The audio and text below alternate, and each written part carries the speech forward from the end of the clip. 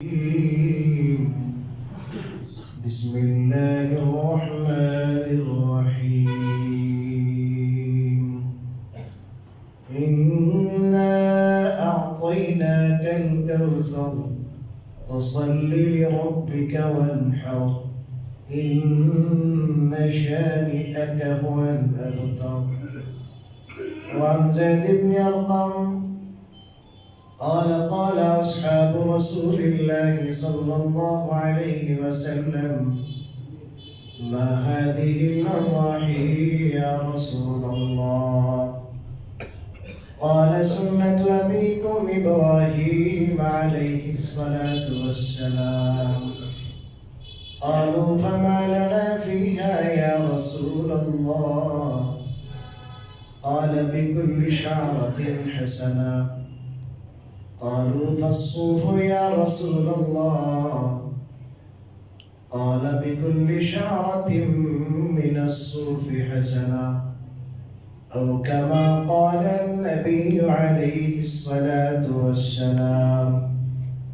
بارك الله لنا ولكم في القرآن العظيم ونفعنا وإياكم بالآيات والذكر الحكيم. আলহামদুলিল্লাহ, মহান আল্লাহর দরবারে লাখো কোটি শুকরিয়া যে তিনি আমাদেরকে আজকে পবিত্র জমাবারে পবিত্র মাসে অত্যন্ত মূল্যবান সময়ে তার ঘরে আসার বসার তৌফিক দান করেছেন। আলহামদুলিল্লাহ। যেহেতু এই মাস জিলহজ মাস, এই মাসে কয়েকটি গুরুত্বপূর্ণ আমল আছে, তার মধ্যে হজ সংক্রান্ত আলোচনা আমরা বিগত 2 জমায় করেছি, প্রয়োজনীয় আলোচনা। আজকে আমরা আরেকটি অতীব গুরুত্বপূর্ণ ইবাদত কুরবানি নিয়ে আলোচনা করবো ইনশাআল্লাহ। কোরআনে কারিমে এবং হাদিসে কুরবানির কথা এসেছে। এই কুরবানির ঈদ যেটা, এটা আমাদের জন্য উৎসব, যেমন এটা আমাদের জন্য ইবাদত। মুসলমানের উৎসব ও ইবাদত হয়ে থাকে। মুসলমানদের জীবনে যেগুলো আমরা ইবাদত মনে করি, যেমন নামাজ, রোজা, হজ, যাকাত, এগুলোর বাইরেও মুসলমান যে আনন্দ করে, এই আনন্দ ইবাদত। এটা তো তার সহজ। আনন্দ যদি আল্লাহ রসুলের নির্দেশনা মোতাবেক হয়, ওটা ইবাদত হবে। কেউ আনন্দ যদি বিবাহ বহির্ভূত তরিকায় যদি আনন্দ করে, এটা ব্যভিচার হবে। এটার এত বড় অপরাধ হবে যে সে পাথর দিয়ে মেরে মেরে তাকে শেষ করে ফেলতে হবে, যদি বিবাহিত হয়। আর যদি অবিবাহিত হয়, তাকে 100টা বেত্রাঘাত করা হবে। কিন্তু যদি সে এটাই আল্লাহর হুকুম, রাসূলুল্লাহ সাল্লাল্লাহু আলাইহি ওয়াসাল্লামের তরিকা মতো হয়, এটা অনেক বড় ইবাদতের সব সিস্টেমের সিস্টেম। তো মুসলমানদের যত খুশি আছে, আনন্দ আছে, সব আনন্দের মধ্যে আল্লাহ তাআলার আনুগত্য রূপে করেছে। মুসলমান শুধু তার ব্যক্তিগত স্বার্থ সিদ্ধির জন্য মনের খেয়াল, মনের খুশি, মনের আনন্দ, মনের আবেগ, এটার কারণে কিছু করে। আল্লাহ রাব্বুল আলামিন মানুষকে আবেগ দিয়েছেন, আর মানুষের আবেগের সাথে বিবেকও দিয়েছেন। আবার ঐশীবাণী দিয়েছেন, কোরআন দিয়েছেন, হাদিস দিয়েছেন। তো মানুষের এমন না যে মানুষ জেলের ভিতরে যেমন মানুষের কোনো ইচ্ছাধিকার থাকে না, ওরকম না। মানুষকে আল্লাহ তাআলা তার আবেগ পূর্ণ করার, মনের ইচ্ছা বাসনা পূর্ণ করার ওয়েব বলে দিয়েছে যে তুমি ছাড়া গরুর মতো না, যেখানে ইচ্ছা সেখানে যাইবা, যা ইচ্ছা তাই খেবা, যা ইচ্ছা তাই পাবা, এমন না। বাকি তোমার যে চাহিদা আছে, তোমার ভিতরে যে সুপ্ত প্রতিভা আছে, তোমার মধ্যে যে আনন্দ উল্লাস করার যে একটা বিশাল ইচ্ছে আছে, সেটা আমি জানি, আমি দিয়েছি। সেটার আমি নির্ধারিত পথ বাতলে দিব, এই পথের বাইরে যাইবা না, মানে সীমালঙ্ঘন হবে। তো ইসলামের মধ্যে ঈদের আল্লাহ তাআলা বিধান রেখেছেন, কোরআনে কারিমে আছে, হাদিসে আছে। তো এই ঈদের এই বিধান যে আসছে, এই বিধানের কিছু অন্তর্নিহিত রহস্য আছে। এই যে রহস্য জ্ঞান কুরবানি, সেই রহস্যটা আমরা বারবার আলোচনা করি, কিন্তু আমরা ভুলে যাই। এই আলোচনা যে আমরা করবো এটা আমরা জানেন না এমন না, এটা বারবার আলোচনা হয়, কিন্তু মানুষ মাত্র ভুল, মানুষ আমরা ভুলে যাই। এই জন্য এই ওয়াজের মাধ্যমে, আলোচনার মাধ্যমে আমাদের আগের সবক যেটা ওইটা আবার আমরা জ্ঞান করিয়ে দিই, স্মরণ করিয়ে দিই মাত্র। এই কোরবানি আমরা বর্তমান যে নিয়মে কোরবানি করি, সেই কোরবানির সূচনা হয়েছে হযরত ইব্রাহিম আলাইহিস সালামের থেকে। কিন্তু কোরবানি এর আগেও ছিল, কোরবানি এর আগেও ছিল, কিন্তু এটার নিয়ম ভিন্ন ছিল, সিস্টেম ভিন্ন ছিল, উদ্দেশ্য ভিন্ন ছিল। হযরত আদম আলাইহিস সালাম আর মা হাওয়া আলাইহিস সালাম প্রথম দুইজন মানবী ছিলেন, আর কেউ ছিল না। এখন হাওয়ার গর্ভে যে সন্তান আসে, এই সন্তানের মধ্যেই তো বিয়ে হইতে হবে, এর বাইরে থেকে নাই। এই বাধ্যবাধকতার কারণে আদম আলাইহিস সালাম নিজের ছেলে মেয়েদের বিয়ে আপনার প্রথম গর্ভের ছেলে, দ্বিতীয় গর্ভের মেয়ে, যেহেতু দুনিয়ায় মানুষ নাই, প্রথম গর্ভে একটা ছেলে একটা মেয়ে। আবার কিছুদিন পরে যখন আবার গর্ভ সঞ্চার হয়, ওখানেও আল্লাহ একটা ছেলে একটা মেয়ে দিতেন। তো সিস্টেম ছিল যে ভাই বোনে তো বিয়ে করা যায় না, এই জন্য প্রথম গর্ভে একই গর্ভে ভাই এক বোনকে বিয়ে করবে, এক গর্ভে এই গর্ভের ভাই, পরে আবার কি আসবে, বোন আসবে। যখন বয়স হবে, বিয়ের বয়স হবে, উপযুক্ত টাইমে এই গর্ভের ছেলে ওই গর্ভের মেয়ের সাথে বিয়ে করবে। সিস্টেম এটা ছিল, আল্লাহর হুকুম এটা ছিল। তো একটা ছেলের নাম ছিল আবিল, আর একটা ছেলের নাম ছিল হাবিল। এই কাবিলের সাথে যে মেয়ে ছিল, এটার নাম ছিল ইকলিমা, খুব সুশ্রী মেয়ে, খুবই সুন্দর। এখন বিধান অনুযায়ী কাবিলের বিয়ে এই মেয়ের সাথে হয়, আর আরেক গর্বের ছেলে হলো হাবিল, ওই হাবিলের বিয়ে হবে ইকলিমার সাথে। হাবিলের বাইকে এলে সুন্দরী মেয়ে, হাবিলের সাথে যে মেয়েটা, এই গর্বের ওই গর্বের মেয়েটা হলো কুশ্রী। সে দেখলো এবং হাবিলের বাগে যায় সুশ্রী, আমার বাগে কুশ্রী, এই জন্য আমি কুশ্রী মেয়ে বিয়ে করবো না, আমরা একসাথে আমার বোন যেটা, আমার সাথে যে বোনটার জন্ম হয়েছে এটাকে বিয়ে করব। আদম ইসলাম বললেন কখনো না, খবরদার, এটা নিষিদ্ধ, বিয়ে হবে না। তবে তুমি একটা কাজ করতে পারো, তোমাদের মধ্যে যেহেতু ঝগড়া বিবাদ, কাবিলকে অনেক বোঝানোর পর যখন কাবিল তার সিদ্ধান্তে অঠল অবিচল, আল্লাহ রাব্বুল আলামিন বললেন, আল্লাহর হুকুম আসলো, আর এই হুকুমটা আদম আলাইহিস সালাম জানিয়ে দিলেন। কোরআনে কারিমে আল্লাহ রাব্বুল আলামিন বলেছেন যে এই কাবিল এবং হাবিলের নির্দেশ হলো, তাদের জন্য নির্দেশ হলো, ইয কাররাবা কুরবানা ফাতুকুব্বিলা মিন আহাদিহিমা ওয়া লাম ইউতাকাব্বাল মিনাল আখার। দুইজন কুরবানি করো। তো কুরবানি নিয়ে পাহাড়ের চূড়ায় রাখা হতো। এখন কাবিলের দুইটা দুম্বা খুব হৃষ্টপুষ্ট তার ক্ষেত থেকে আনছে, খামার থেকে আইনে, খামার মানে কি, মানে ওই সময় যেরকম পরিচর্যা করতো আর কি, তা আল্লাহর জন্য কুরবানি খুবই পছন্দের দুটা ভেড়া বা দুম্বা রেখে আসছে পাহাড়ের চূড়ায়। আর এই লোকে হাবিলে কি এত পছন্দের, এত উন্নত জিনিস দেখি করবো, কিছু গম জাতীয় কিছু জিনিস ওটা রেখে আসছে সে আরেক জায়গায়। এখন নিয়ম হলো, আসমান থেকে আগুন এসা যার কোরবানি পোড়াই দিবে, এর কোরবানি আল্লাহর কাছে এলাও। যার কোরবানি এলাও হবে, আল্লাহর পক্ষ থেকে গৃহীত হবে, সে বিয়ে করবে, এটা ফয়সালা আল্লাহর পক্ষ থেকে।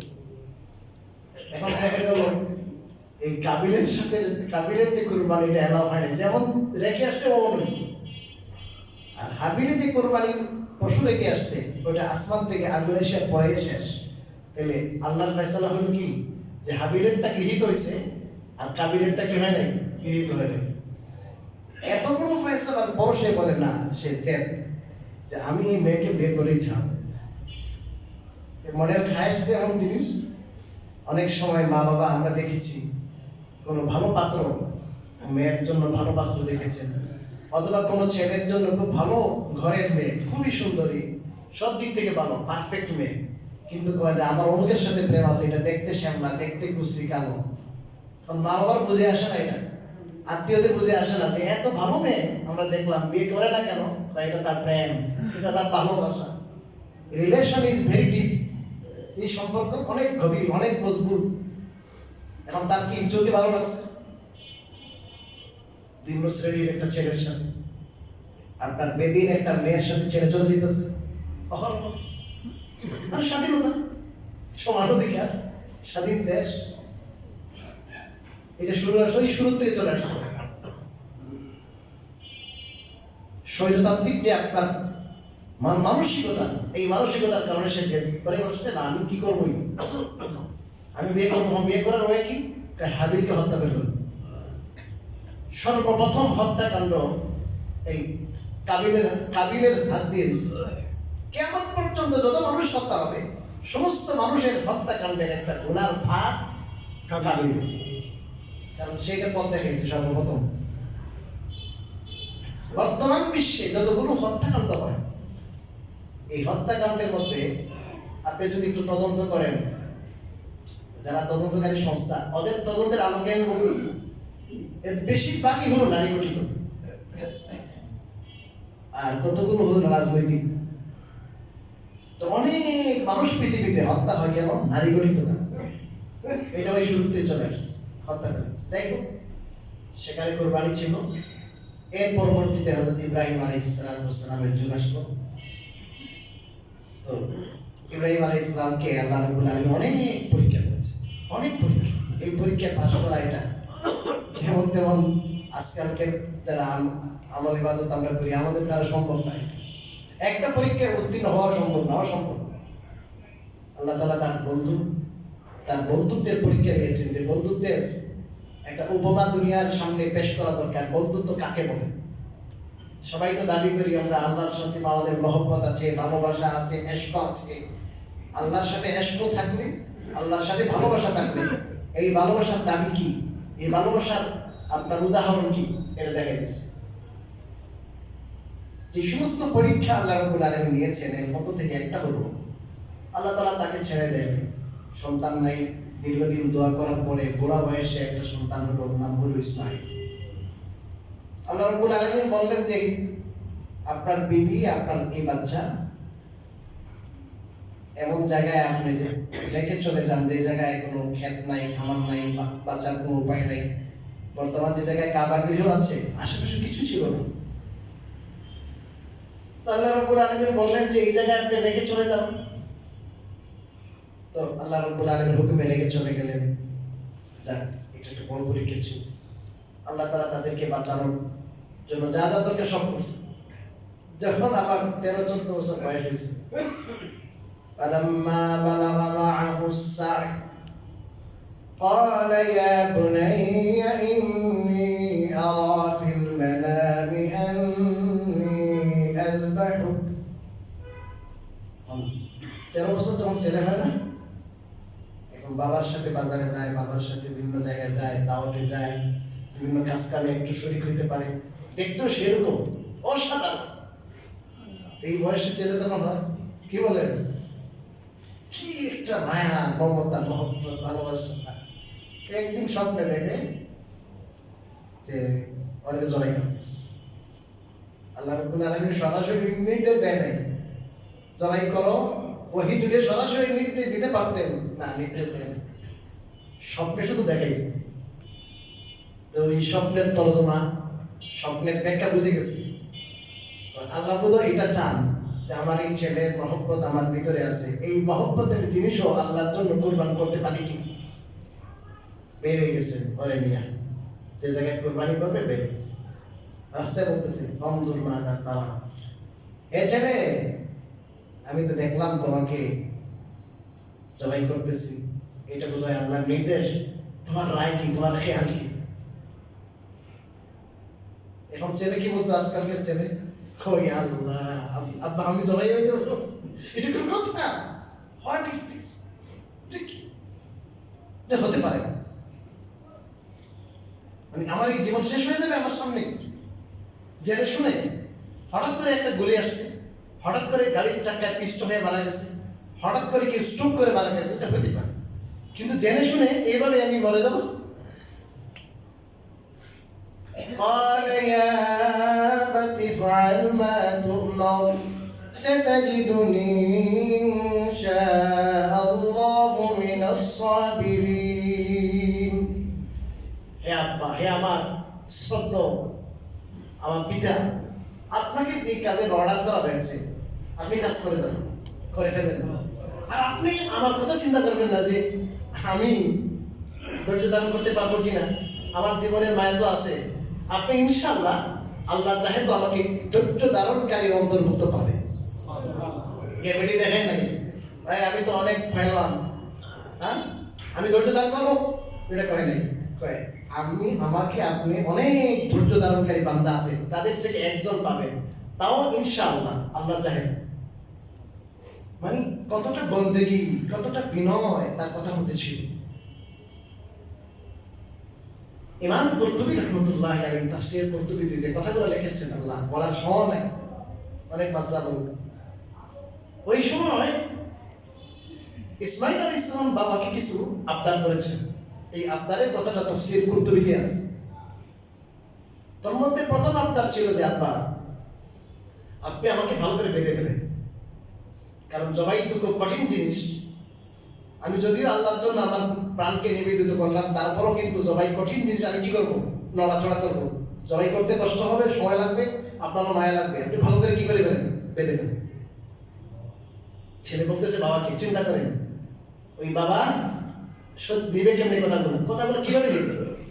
তারপরে বলতেছে আব্বা আপনি যখন আমাকে জবাই করবেন তখন এই রক্তগুলো আপনার গায়ে আসবে, এই জন্য আপনার কাপড়গুলো ভালো করে গুছিয়ে ফেলেন, যাতে করে আপনার কাপড়ে আমার রক্তে দাগ না লাগে, আপনার কাপড় যেন নষ্ট না হয়। দ্বিতীয়ত আমার আম্মা যখন দেখবেন আপনি বাসায় গেলে আম্মার সাংঘাতিক কি লাগবে, কষ্ট লাগবে। কষ্ট লাগবে না?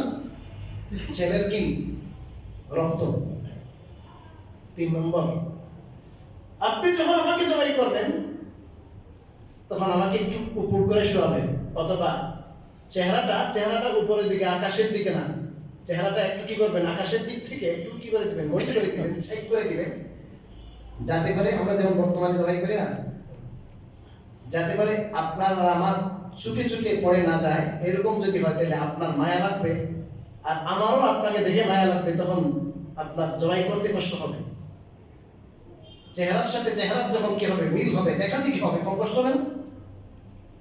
এই কাজটা আপনি একটু করবেন। আল্লাহ বলেছেন ফালাম্মা আসলামা ওয়া তাল্লাহু লিল-জাবিন। ফালাম্মা আসলামা, দুইজন কি হয়ে গেছেন, আল্লাহর হুকুমের সামনে নত হয়ে গেছেন যে না জবাই হবো।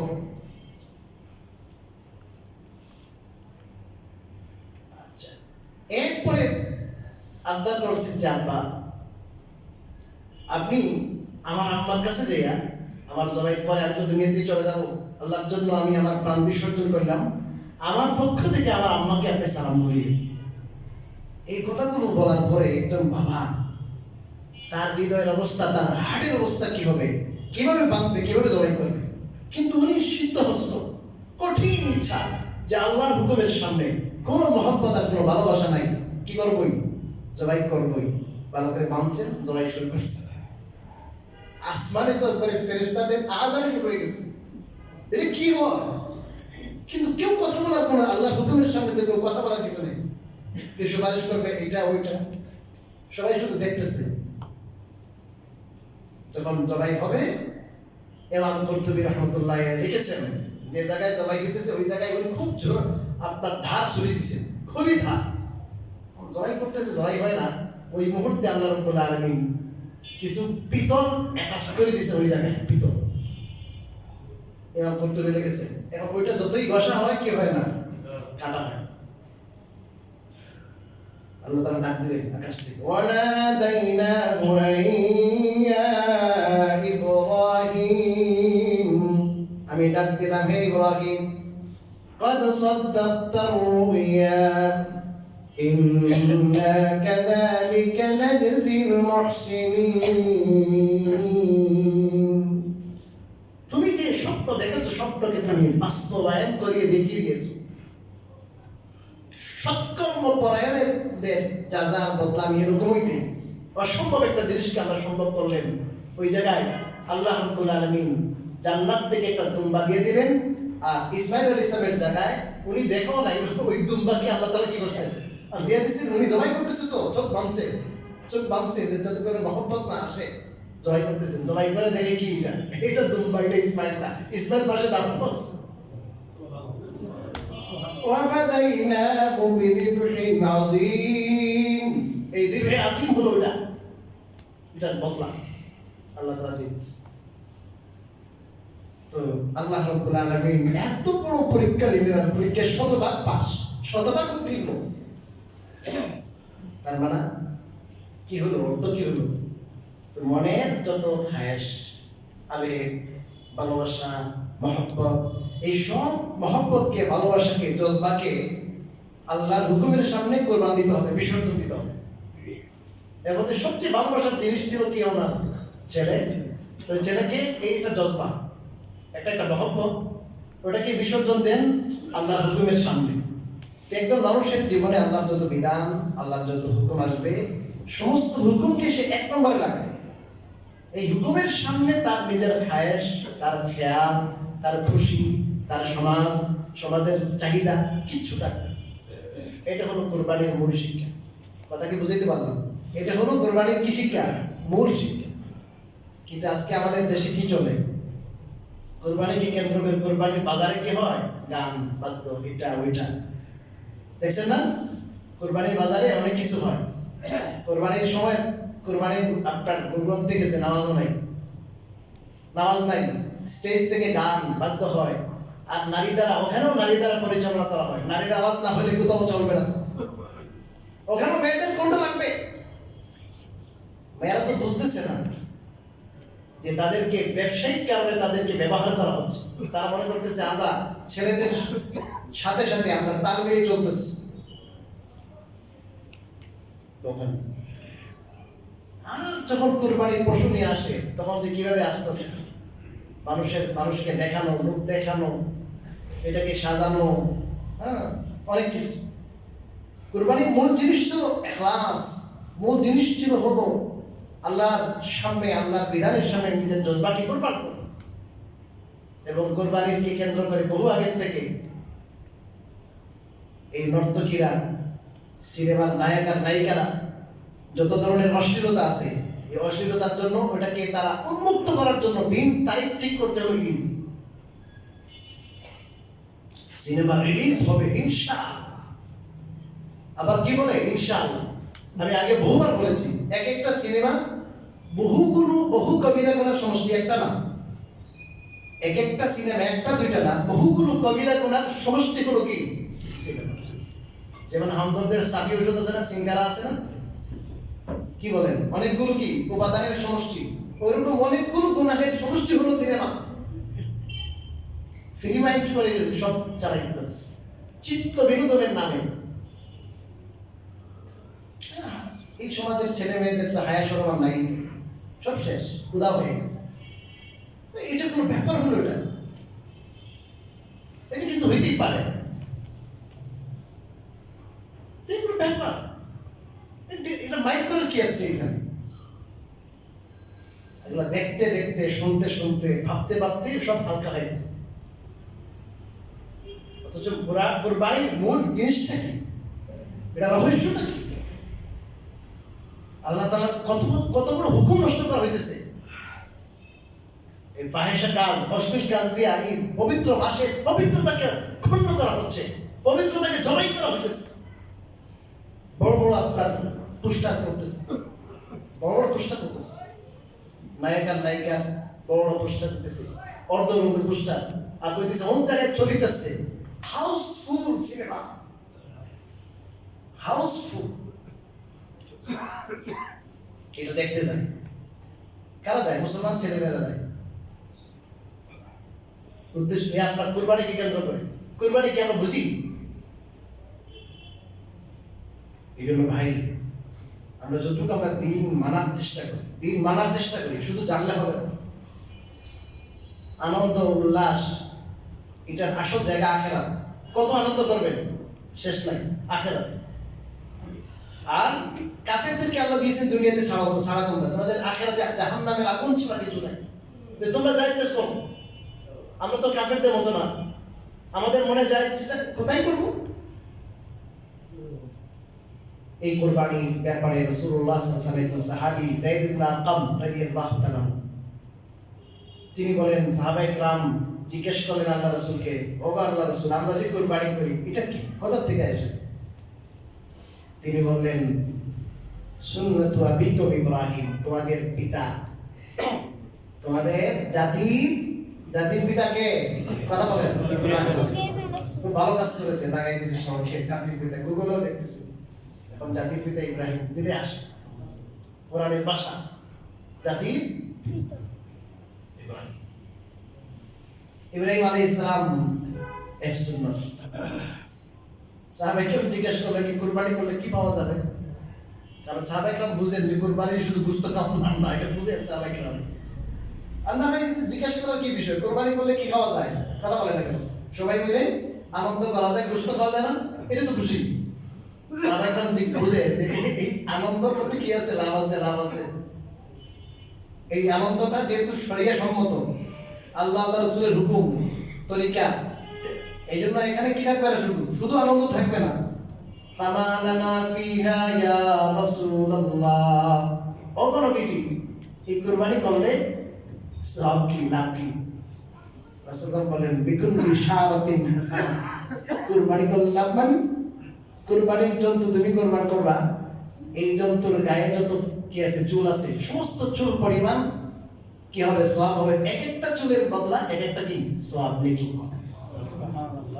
সাহাবায়ে কেরাম জিজ্ঞেস করলেন, ফাসুফু ইয়া রাসূলুল্লাহ, ভেড়ার গায়ে যে পশম থাকে, এই ভেড়ার গায়ের পশম ছাগলের গায়ের পশম থেকে অনেক বেশি। আপনি যে বললেন প্রত্যেকটা পশমের বিপরীতে এক একটা নাকি, এখন ভেড়ার গায়ে তো কি বেশি, কথা বলেন, পশম বেশি। তো আল্লাহ রাসূল বলেন, ভেড়ার গায়ে যদি পশম বেশি থাকে, ওই ভেড়ার প্রত্যেকটা চুলের বিপরীতে এক একটা কি দেওয়া যাবে। যেমন হাদিসে আছে, কি রাসূলুল্লাহ সাল্লাল্লাহু আলাইহি ওয়াসাল্লাম বলেছেন, কেউ 10 বার যদি কুল হুয়াল্লাহ পড়ে, কি সূরা ইখলাস, তে জান্নাতে তার জন্য একটা প্রাসাদ নির্মাণ করা হবে।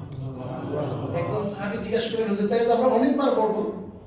কয় যে আল্লাহু আকবার, আল্লাহ বড়, তুমি যতবার পড়বা যে আল্লাহর কাছে প্রাসাদের কি নাই, যে তোমার 1000টা প্রাসাদ হইছে, এখন যদি আরো 10টা পড়েন কোথা থেকে দিব, আমার খাজানা আমার ভান্ডারে চাই, এমন নয়, যত পড়বা তত পাইবা, আল্লাহর ভান্ডারে কি নাই, অভাব নেই, কোনো অভাব নাই। হযরত আবু হুরায়রা রাদিয়াল্লাহু তাআলা একবার গাছ লাগাইতেছেন, এই হাদিসটা আছে সুনানে নাসাই। আপনারা জানেন নাসাই শরীফ একটি কিতাব, নাসাই শরীফ দুইটা আছে, ইমাম নাসাই ওনার হাদিসের কিতাব দুইটা, একটা হলো বড় নাসাই, এটাকে বলে সুনানে কুবরা, 5 খণ্ডে 6 খণ্ডে। আর এই বড় নাসাই যেটা, ওটা পরবর্তীতে আরো বেশি ওখান থেকে বাছাই করে বেশি বিশুদ্ধ যেগুলো, ওগুলোর একটা সংকলন, ওই সংকলনকে আপনারা সুনানে নাসাই বা নাসাই শরীফ বলে জানেন। এটাতে না, বড় নাসাইতে আছে, এটা সুনানে কুবরাতে আছে। হযরত আবু হুরায়রা রাদিয়াল্লাহু তাআলা গাছ লাগান, আবু হুরায়রা কি লাগাবো, গাছ লাগাইতেছে, তোমার এর চেয়ে ভালো গাছ লাগাইবার কথা বলবো না? জি অবশ্যই বলুন। তুমি যদি একবার সুবহানাল্লাহ বলো, জান্নাতে একটা গাছ লাগবে। একবার আলহামদুলিল্লাহ বললে জান্নাতে একটা গাছ, একবার লা ইলাহা ইল্লাল্লাহ বললে জান্নাতে একটা গাছ, একবার আল্লাহু আকবার বললে জান্নাতে একটা গাছ।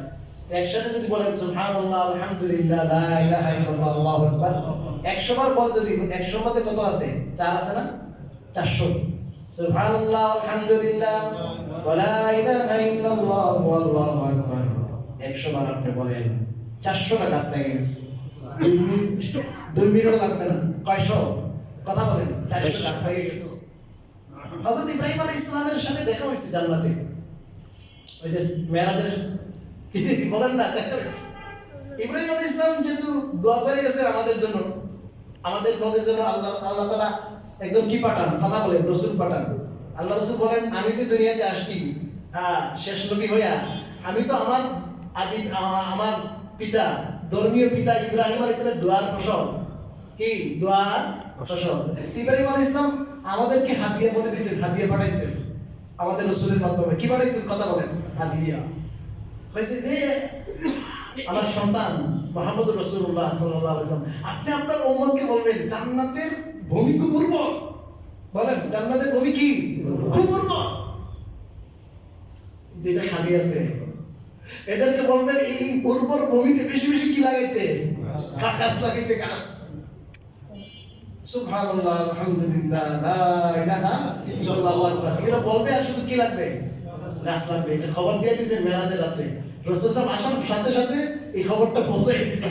আর সাহাবায়ে কেরাম এই জিম্মাদারি আদায় করেছে এই পর্যন্ত। ধারাবাহিকভাবে হাদিস আমাদের পর্যন্ত কি হয়েছে? পৌঁছেছে। গত সপ্তাহে বলছিলাম না যে এই 10 দিন যে চলতেছে, এই 10 দিন হলো আল্লাহ তাআলার কাছে আমলের জন্য সবচেয়ে প্রিয় দিন। কি সবচেয়ে প্রিয় দিন? বছরের অন্যান্য দিনে আমল করা আল্লাহর কাছে অতটা প্রিয় না যতটা প্রিয় এই 10 দিন কি করা? আমল করা। এই আমলের মধ্যে একটা আমল সহিহ ইবনে হিব্বানে রাসূলুল্লাহ সাল্লাল্লাহু আলাইহি ওয়াসাল্লাম শিখাই দিয়েছেন, ফাকসিরু ফীহিন্না মিনাত তাসবিহি ওয়াত তাহমিদি ওয়াত তাহলিলি ওয়াত তাকবীর। এই 10 দিন সুবহানাল্লাহ, আলহামদুলিল্লাহ, ওয়া লা ইলাহা ইল্লাল্লাহ, আল্লাহু আকবার বেশি বেশি করে পড়বা।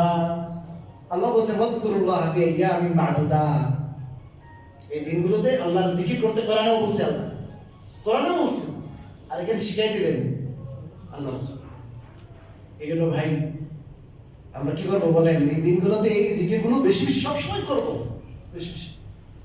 আচ্ছা, যাই হোক, যেটা আমি বলতে চাচ্ছিলাম, রাসূলুল্লাহ সাল্লাল্লাহু আলাইহি ওয়াসাল্লাম বললেন যে প্রত্যেক পশমের বিপরীতে কি আছে? একটা সওয়াব আছে। আরেকটি হাদিসে রাসূলুল্লাহ সাল্লাল্লাহু আলাইহি ওয়াসাল্লাম বলেছেন, এই কুরবানি না করলে কি হবে? এটা বলছে রাসূল বলেন যে মান ওয়াজাদা সাআতান আইয়ুযাহিয়া, যে ব্যক্তির সামর্থ্য আছে কুরবানি করার, এরপর কিপটামি করে কি করে না? কথা বলেন, কুরবানি করে না। ফালা ইয়াকুরবান্না মুসাল্লানা, ঈদের দিন সে যেন আমাদের এই মুসাল্লা ঈদগাহর কাছেও না আসে। এই লোক আমার ঈদগাহর কাছে আসবেন তো নামাজেরই দরকার নেই। রাসূলুল্লাহ সাল্লাল্লাহু আলাইহি ওয়াসাল্লাম মদিনায় 10 বছর ছিলেন, 10 বছর প্রত্যেক বছর কুরবানি করছেন। আকামা রাসূলুল্লাহ সাল্লাল্লাহু আলাইহি ওয়াসাল্লাম ফিল মাদিনা 10 সিনিন ইউযাহি, আবু দাউদের হাদিস। এরপরে রাসূলুল্লাহ সাল্লাল্লাহু আলাইহি ওয়াসাল্লামের আরেকটা হাদিস আছে, এই হাদিসের মধ্যে কত বড় সুসংবাদ আছে।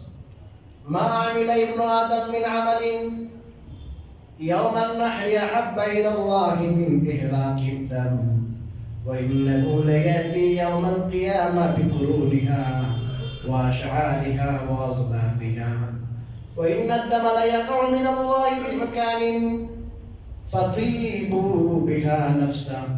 রাসূলুল্লাহ সাল্লাল্লাহু আলাইহি ওয়াসাল্লাম বলেন, কুরবানির দিন আল্লাহ তাআলার দরবারে যত আমল করা হয় এর মধ্যে সবচেয়ে প্রিয় আমল হলো আল্লাহর জন্য কুরবানির পশু জবাই করা।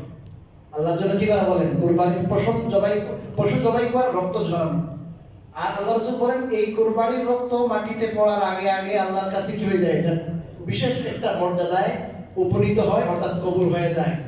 রাসূলুল্লাহ সাল্লাল্লাহু আলাইহি ওয়াসাল্লাম এটাও বলেছেন যে তুমি যে কুরবানির পশু জবাই করলা, কুরবানির গোশত খাইবা, কেউ যদি চায় চামড়াও খাইতে পারে, সব খাইবে, কিন্তু কিয়ামতের দিন আল্লাহ রাব্বুল আলামিন এই কুরবানির জন্তুটাকে তার পুরাটা বডি সহ, তার শিং, তার চুল পর্যন্ত, চুলগুলো তো একবার শেষ হয়ে যায়, চুল, শিং, এমনকি খুর, যেটা মানুষ ফালাই দেয়, খুর পর্যন্ত নিয়ে আসবে।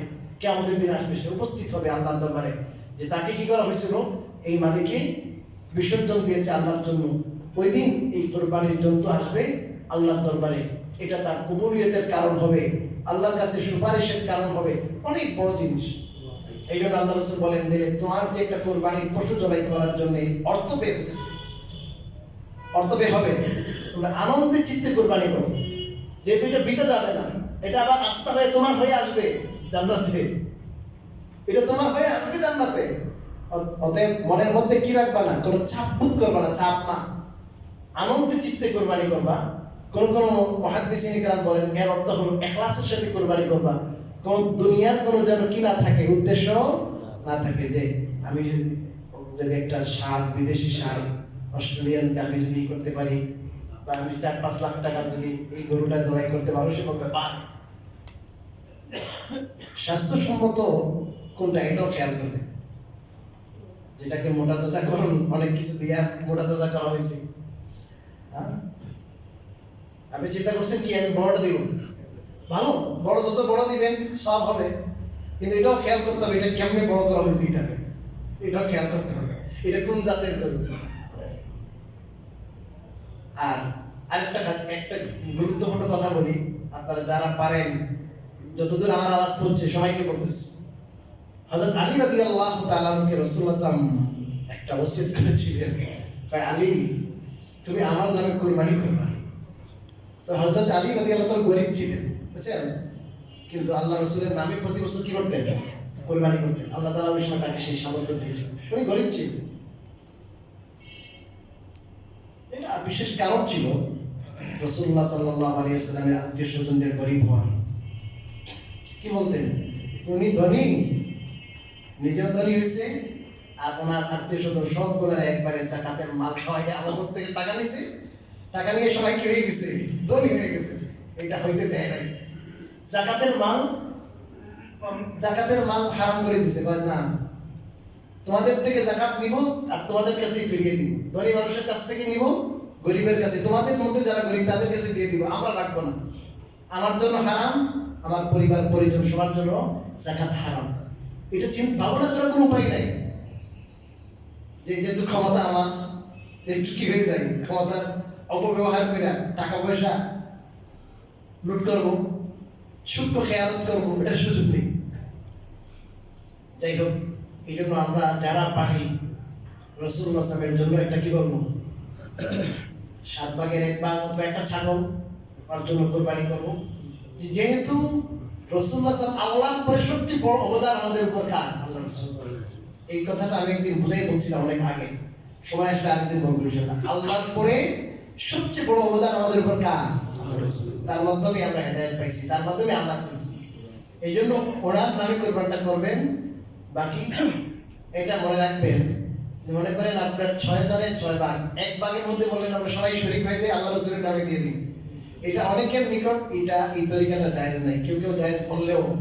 এই জন্য একজনের একটা অংশ হওয়া চাই, 6 জন মিলে 7 জন মিলে যে ভাই আমরা এক নামের মধ্যে সবাই শরীক হয়ে এটা আল্লাহ রাসূলের জন্য দিয়ে দিই, এরকম করবেন না। কথা কি বুঝতে পারছেন? যে আমরা 6 জনে 6 ভাগ, আর একটা ভাগ কার জন্য, আল্লাহ রাসূলের জন্য, গোশতটা আমরা সবাই বন্টন করব না, একজনে দিবেন। একজনে দেওয়ার পরে যদি আপনি গোশতটা 6 জনকে দিয়ে দেন অসুবিধা নেই, অথবা পরবর্তী 6 জন বললো যে ভাই আপনি দিচ্ছেন দেন, আপনারা আমরা কিছু দিয়ে দিলাম না, একজনের নামে হতে হবে। একজনের নামে 1 ভাগের কম জায়েজ নাই, 1 ভাগ ফুল হতে হবে একজনের। এবং একজনে যদি তার গোশত পরে সবাই দিয়ে দেয় সমস্যা তো নেই।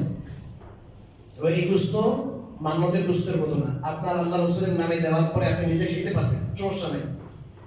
আরেকটা বড় মাসলা প্রায় সময় আমাকে জিজ্ঞাসা করে অনেকে যে হুজুর আমার কুরবানি হয় নাই, এই আকিকা হয় নাই, আমার ছেলের আকিকা হয় নাই, বউয়ের আকিকা হয় নাই, বড় হয়ে গেছে, ওই সময় মা বাবা খেয়াল করে নাই। এই ব্যাপারে সর্বপ্রথম গাফলতি আমাদের, যে আমরা অনেকে টাকা পয়সা থাকার পরও কি করি না, আকিকা করি না। এটা অনেক বড় ভুল ভাই। আমরা অবশ্যই ছেলে হোক মেয়ে হোক জন্মের পরে বাবা হিসাবে মা হিসাবে একটা বড় দায়িত্ব যে তার জন্য আকিকা করা 7 নম্বর দিন। কারণ যদি মিস্টেক হয়ে যায়, ভুল হয়ে যায়, সামর্থ্য না থাকে, 14 নম্বর দিনে করেন, 21তম দিনে করেন, তাও যদি না পারেন, 7-এর কোটাটা ঠিক রেখে আপনি করবেন। আর আপনি বড় হয়ে গেছেন, ছেলে বড় হয়ে গেছে, তাও আকিকা করতে চান, করেন, ভালো। আর এই গরুর মধ্যে আপনি কি হইতে পারবেন, শরীক হইতে পারবেন, কোনো কি নাই, অসুবিধা ইনশাআল্লাহ আপনি হইতে পারবেন, শরীক হইতে পারবেন। সবচেয়ে বেটার হলে একটা ছাগল দিয়ে করে দেওয়া, এটা বেটার। যারা কুরবানি করবো না বা যারা কুরবানি করবো, এদের বিষয়ে একটা মাসালা বলে শেষ করতেছে। রাসূলুল্লাহ সাল্লাল্লাহু আলাইহি ওয়াসাল্লাম বলেছেন, ইদা হাল্লা হিলালু যিল হিজ্জাহ ফামান আরাদা আন ইউযাহিয়া ফালা ইয়াকুদান্না মিন শারিহি ওয়া আসবারিহি শাইআন হাত্তা ইউযাহিয়া। এটা আপনারা বারবার হাদিস শুনেছেন, তারপরও অনেকে হয়তো নতুন এসেছেন, আগে শুনেন না, এই জন্য বলতেছি, বা যারা শুনেছেন তাদেরকে স্মরণ করে দেওয়ার জন্য, যখন জিলহজ মাসের চাঁদ উদিত হবে তখন যাদের কোরবানি করার ইচ্ছে তারা যেন শরীরের কোনো পশম চুল না কাটে, মুছ না কাটে, নখ না কাটে কোরবানি করা পর্যন্ত। তা আপনারা যারা নিয়ত করেছেন এগুলো করবেন না। হ্যাঁ, তবে যদি কোনো মানুষ যদি শরীয়তের হুকুমের পরিপন্থী সে 40 দিন হয়ে যায়, 40 দিন পর্যন্ত এটা অনুমতি আছে, আর না হয় প্রতি সপ্তাহে করা ভালো। কারণ কেউ যদি এটা খেয়াল করে না, ডিলেমি করে, অথবা কেউ আমারটা একটু লংটা একটু বড় হোক অনেকে চায়, এটা যদি 40 হয়ে যায় তাহলে কিন্তু কেটে ফেলবে, আর না হয় কাটবে না। ঈদের দিন পর্যন্ত কোরবানি করার পরে কাটবে।